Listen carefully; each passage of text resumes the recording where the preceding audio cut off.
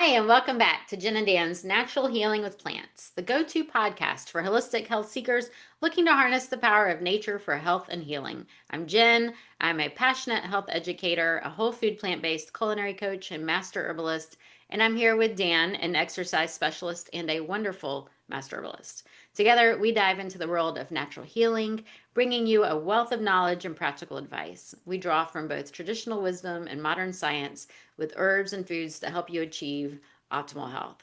And so today we are talking about our herbal first aid and wellness kit and herbs that we always keep on hand. It's really hard to narrow it down to five, but there's five that we definitely always have on hand, and then there's some that we like to have on hand as well.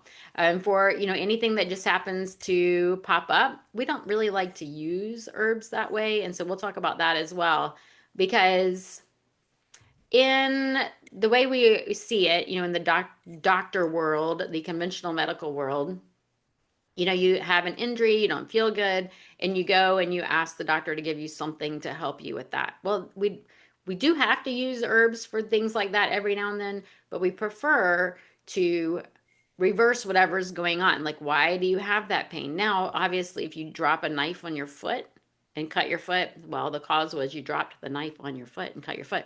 But we don't want to just help with the pain. We want to help with the healing of that injury as well and make sure your body's getting all of the nutrients to heal correctly, to reduce scarring and increase blood flow and healing, as well as alleviating pain. So today I'll get into it. I will stop jabbering on because I know that you're here to talk about our top five herbs. So Dan, I want you to give us the number one herb. Oh yes, the master herb cayenne pepper is at the top of the list because well, the herb alone has a lot of properties, but cayenne also makes your other herbs work better because it increases circulation. If you notice, almost all of Dr. Christopher's formulas have cayenne pepper in them. Yes. And so a lot of people it doesn't make sense to them, but the reason he does that is so the cayenne helps the circulation, it helps the other herbs get to where they need to go. Yes. And I never ever underestimate the power of cayenne pepper. I've had experience with it with clients, Mhm. and you know, I want to talk about blood pressure really fast. I've had two clients in the past that came to me for blood pressure. Mhm. Dr. Christopher's blood circulation formula, okay? It has cayenne pepper, ginger, garlic, ginseng. It works really good for blood pressure. I had a guy, he lowered his 30 points on that formula. I couldn't believe he lowered it that much on that formula, but he did. Uh-huh. And how long was he on that formula?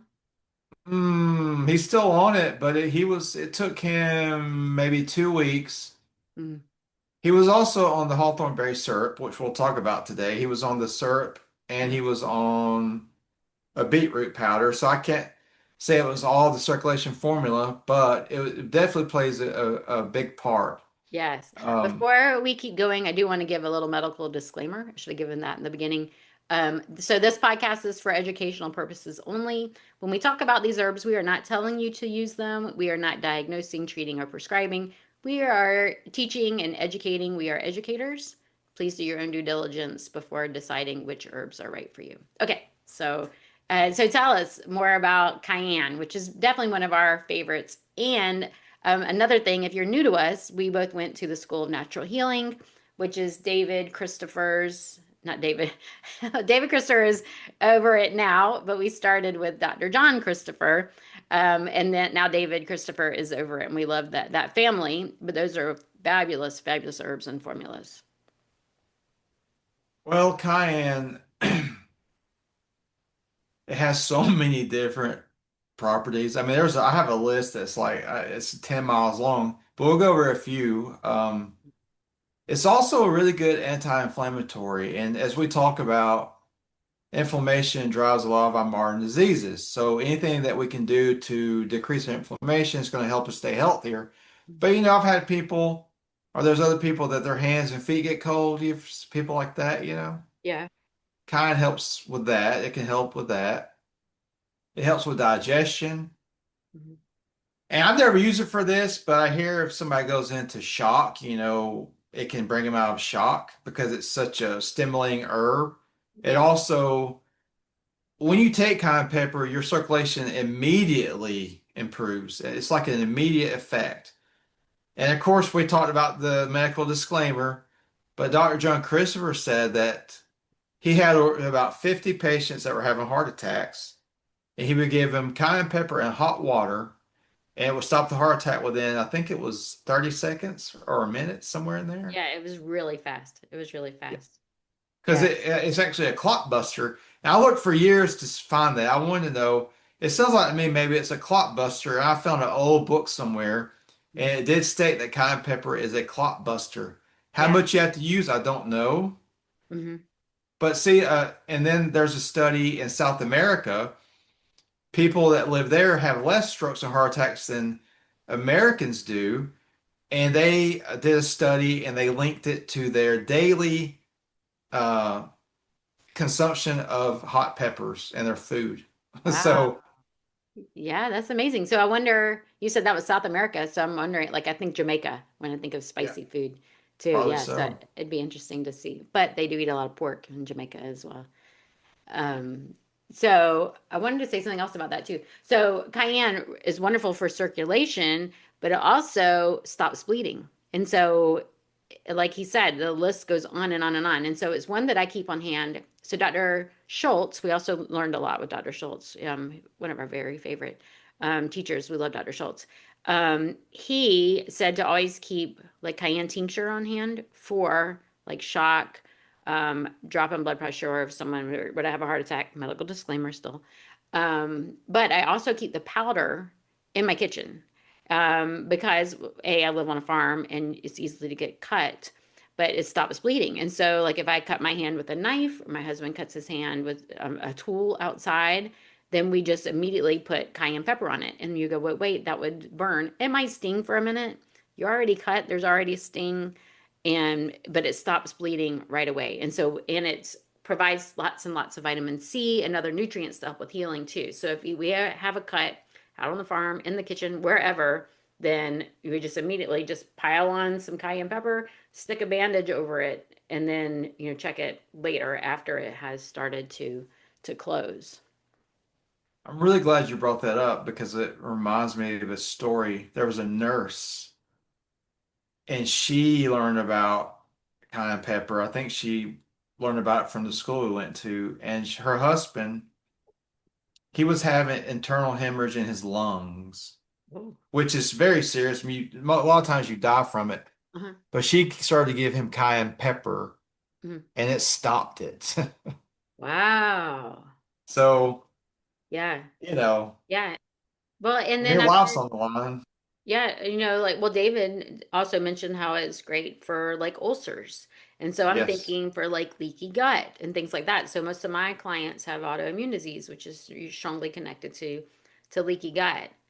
And also, sometimes when people have liver disease, they have nosebleeds. Nosebleeds can be very frequent, and with other illnesses as well. But drinking a glass of water with some cayenne in it can help stop nosebleeds as well. And in a world where we still, heart disease is still the number one killer, I think everybody should have cayenne on hand. I mean, I take it. I mean, I'm a healthy guy. I exercise a lot. I take the blood syrup formula almost every day because you just never know. You Right. want to do everything you can to keep your heart and your arteries healthy because how many miles are 60,000 miles of arteries we have? I think it's something like that. I remember, but it's a lot. Yeah. So you have a lot there to keep healthy. So anything you can do, I would do it. Yes. Yeah, exactly. Yeah, so cayenne is definitely one of our favorites. I was gonna say something else about it, but not, it's lost. I've lost it. I lost it. It might come back to me before we wrap up. So Well, our second herb that I always have on hand is lavender, especially because I live on a farm. So for us, we use lavender for bug bites. So usually lavender essential oil. So a lavender essential oil is one of the only ones that you can put directly on your skin. You don't have to have a carrier oil or anything. And so if you get into like a bed of ants or something like that, it is fabulous at soothing it. It's very anti-inflammatory. It's helpful for minor burns and skin conditions as well. You could make a lavender tea and dip a cloth in it and then put that over a burn or a rash or bug bites or anything like that. If it's a severe burn, get medical attention, please. Um, and then it's also very calming. And so we use a lot of lavender in our bedtime teas as well. That's why we use it for mostly because, as you know, I have a lot. I had some problems in the past with my nerves, Yes. and there's a study I talked about on another podcast where they actually used lavender in a study, and they were comparing it to some anti-anxiety med. I can't remember, but Hmm. it actually performed just as well as the anti-anxiety med. So that's pretty Wow. powerful. Yeah, that's fabulous. Yeah. So I love lavender. So that's definitely one that I always keep on hand. The, Sorry. yeah, that's fine. The next one that I always have on hand is calendula. I call it my liquid gold. So I grow it, but then I also harvest it to make calendula oil. I put it in teas, all sorts of things. So it's this bright yellow color, very high in beta carotene, which is a precursor to vitamin A, which we need for immune health, for gut health, for our whole mucosal system, for the lungs, for the nasal passages, for the mouth, the esophagus, the intestines, stomach, all of that. So it's very soothing. It's mucilaginous as well. It's beautiful. So just to look at it, it's beautiful. Putting a whole flower in your tea looks beautiful as well. But it's wonderful for rashes. And I found it. So my children, my oldest is 26 now. But my children, when they were little, if they would ever have diaper rash, we had a fabulous doctor who used herbs first. And he said, you need calendula oil. And so we would, if they had diaper rash, we'd put calendula oil on, and it, like an hour later, they didn't even have diaper rash. And so I was like, oh my God, this is amazing. And so I started using it, that long ago, and then started growing my own and making my own oils. If you purchase a calendula oil, read the ingredients. That's always my number one rule. If it's a food, if it's an item you're putting on your body, always, always, always read the ingredients. It should be clean calendula and oil. So nothing else. So that's why I make my own. Sometimes it's hard to find a nice clean one, but it's wonderful for wound healing. It's safe even if it's open. Rashes, eczema, any kind of skin inflammation, and our skin is a reflection of what's going on the inside of the body. So if we have a rash, something going on the outside, that's going on the inside as well. And so drinking it as part of a tea, maybe not calendula tea on its own, but combining it with other teas can be wonderful. My favorite is marshmallow, which is not listed on our top five today, but that's another one that goes really well with that. But it's helps with tissue repair. It helps with calming the irritated digestive lining if you have autoimmune disease, which most of my clients do. Helps with healing that, but it also helps with moving lymph, and so that's why it's one of my very favorites. I always say it's my favorite, but then something else will pop in my head and I'll go, oh, wait, that's my favorite. But like I said, I grow it, I use it, I call it my liquid gold. I love calendula. Next one is garlic. Garlic is, I think, it's one of the herbs that if you told me I can only have one herb, it would be between cayenne pepper and garlic. Yes. Because garlic is another herb that is really good for the cardio system. It helps lower your cholesterol. It can help with blood pressure control. But also, on the flip side, it's an immune booster. It's actually antibacterial. I've used it for myself if I had flu or colds, and it does speed up recovery. It kills bugs. Mm. Well, but I mean, bacteria. And it's even antiviral, I think. Is that Yes, it correct? is. Yeah. Yeah. But there's a secret there. If you're using it for these things, it works best when it's raw and crushed. Yes. Yes, you want the allicin enzymes to combine. And it usually takes about 15 minutes. So if you crush the garlic and let it sit for about 15 minutes before you use it, that's best. But we use it to, I mean, I have bulbs on in the middle of my countertop always. And we not only do we use it in our food, when we cook it, you kind of lose those medicinal qualities. But you could cook something and then you could finely grate some, get one of those little graters and grate raw garlic on top. Put raw garlic in a salad dressing, things like that. If we're making something like a pizza, Dan and I both are gluten free, and we don't like to eat processed foods, but we'll make a pizza out of, lentils or cauliflower, something like that. We'll rub the edges with cut a garlic clove in half, crush it, cut it, and then rub the edges with that. So you have like a quote unquote garlic bread, and that way it's raw, and so that's going to be a functional food. You're going to get those benefits. But we even, I think I told you this, like if my husband feels like he's kind of sick, so my husband, we have the farm, but he has a part-time job where he's usually alone. He keeps garlic cloves in his truck. And so if he feels like he's getting sick, he'll crush a clove, let it sit for a few minutes, break it in half, and swallow it like pills. And so his car usually smells like an Italian restaurant. Use garlic that often. So, like you said, so great for the heart, great for immune system, but also all those anti-inflammatory properties, but antimicrobial as well. There's actually a study showing that the garlic supplement can lower blood pressure up to 8 points systolic. Wow. And in the study, they used 600 to 1,500 milligrams of garlic extract a day. Hmm. China is one of their first lines for blood pressure control. Wow. So That's it's amazing. an amazing herb. It is Yeah. amazing. I love it. You Well, can grow it. It grows easy too. You grow it. we don't. We did 1 year, but um, for our farm, we usually grow things that we can get a lot of. Yeah, Yeah, and with garlic, I mean, it's great if you're growing it just for you, and we could yeah, just grow it for us, right? that makes Yeah, sense. and then I wanted to say too, it's also in like at the School of Natural Healing in our strep throat formula. And I know for me, if my kids ever felt like they were getting strep throat, we would make that strep throat formula, which it Yeah. does have garlic and the cayenne that we already mentioned as well. Cayenne brings the circulation to the area, the garlic knocks it out. And so I'm not telling you that not to get medical advice if you have strep throat, but I am telling you that we were successful with that. Well, speaking of the heart, the next one is hawthorn. And I know that's your favorite. Well, It not is all. my favorite because Okay. They all I are. tell this. You know what? I said they all are. The story about the little dog. Now he's deceased now, but my mom had a little Chihuahua. He had heart failure. Bottom of his heart was failing. I started giving him hawthorn and cayenne pepper.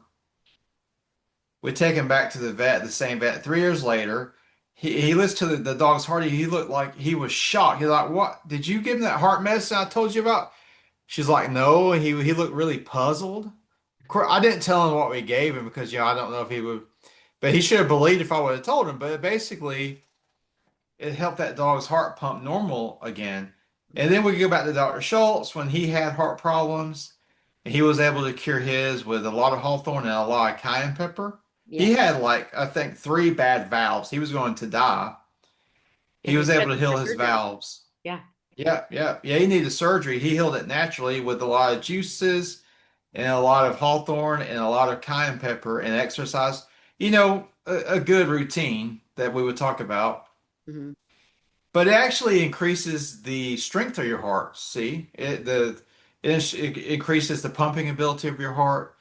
It helps your circulation. It helps keep your arteries healthy. I remember, and Schultz talked about it. There was a study where they gave dogs hawthorn berry, and then they induced heart attacks in the dogs, which is very, very cruel. Yeah. But what they found was the dogs that got the hawthorn berry, their hearts were a lot less damaged than the dogs that didn't get the hawthorn berry. So if you have a heart attack, it helps protect your heart from damage. This is huge because it's supposed to bind to your heart cells, some of the hawthorn berry. Uh-huh. And it's on here about emotional heart health. I do hear that hawthorn can help when you're heartbroken, maybe over a death in the family or a breakup. I don't know about that, but Yeah. there is something called broken heart syndrome. So, Yeah. Yeah. You hear about people who die right after their spouse or whatever, a broken yeah. heart. Mhm. Yeah. And there's other herbs that help with that as well, but hawthorn is one of them. Yeah, so we always have hawthorn. My husband drinks a hawthorn tea every single night. He has family members who were found dead. It's a lot of times the first sign of heart disease is death, and unfortunately, that is common in his family. And so, I mean, Hawthorne tea is he drinks every night. Mhm. Yeah, And it's it's good. It tastes good too. yeah, yeah, it does. Well, when we pair it with hibiscus and Oh, yes. motherwort, yeah, yeah. So other herbs that we can talk about on another. Well, we haven't talked about them on another episode. Yes. And so that was our five, but we decided we can't just limit it to five. And so our bonus was you talk about it because it was actually the one that popped up into your head, which I also grow this next one as well. It's comfrey, Yes. and I use it mostly for injuries and arthritis. I have a client right now. She's been with me for over a year. Mhm. And when she came to me, she was in a lot of pain. She had degeneration in her spine, bad knees, bad neck. So I, recommended Dr. Christopher's complete bone and tissue. Although it doesn't have comfrey in it anymore because of the FDA, but it does have something called lungwort, which is a substitute for comfrey. Mhm. But comfrey has something called allantoin in it. That's a Uh-huh. chemical. Yes. It speeds up cellular division, which speeds up healing. And Yes. um, so think about if you have a joint strain or a muscle strain, maybe a tendon strain, something like that, bruises, it will help heal the speeding because, something like a tendon or a ligament, they heal slower. So this would be a really good remedy for that. Yeah, it's awesome. Its a nickname is knit bone, and it Yeah. heals so quickly that if you put it on like a broken arm without having it set properly, the bone will heal quickly, but not appropriately. And so you want to make sure that if you are going to use it for something like broken bones, that you get it at least set first and then use the comfrey. Yes, and Christopher said that will actually help the bone heal properly, like when it sets and everything. Yeah, yeah. And so it was a little bit of controversy there, which I want to talk about too. So the FDA said we can't use it, but all our other herbalists, so I've taken classes with Rosemary Gladstar as well, and they all love it. I mean, and I do as well. So I think it's allotonin, whatever. One of the extracts that they use, if you extract it and give it to someone in high doses, then that can lead to liver damage. If you use it appropriately in a tea or a tincture, not extracting that chemical, we're not seeing that. It's not showing up in the studies as a causing liver damage. So, as part of our medical disclaimer, we're not telling you to use or take comfrey. Do your own due diligence. But in many, many formulas, it is in our case, it has been seen to be okay to use. Yeah, because you use it correctly. You use the herb as a whole. You don't extract things. That's a medical thing. Yes. Yeah, In that's it. fact, comfrey has been shown to actually help liver injuries. Okay. Right, right. Yes, So, they're always trying to scare people off from herbs for some reason. It's irritating. right. Yeah, but I love comfrey and it grows really well. It's really great to be used as a fertilizer for your plants, so high in nutrition. And Oh, yeah. so I don't use it internally. As a matter of fact, we really only use it for like an injury externally. Hmm. But I'm sure given certain situations, there would be a time when I would use it internally. But I grow it, and if you can freeze it, like you can make like a comfrey tea or something like that, turn it into a salve, or freeze it into ice cubes. And then if you have an injury or something, then you can put that, on your skin, have it on hand for emergencies. And good herbs to combine it with. There's one of the herbs is arnica. And arnica is definitely one they want to use, on topically. You don't ingest arnica, but it helps speed up bruises and sprains and muscle soreness. So you can pair it with comfrey. Mm. And pain is really great for pain relief. Yeah, externally. And then St. John's wort. A lot of us think of St. John's as for depression, but it's also a really good healer for injuries. Yeah. They used to use it to heal bruises and wounds from war. This is way back before we had all the other stuff we have now.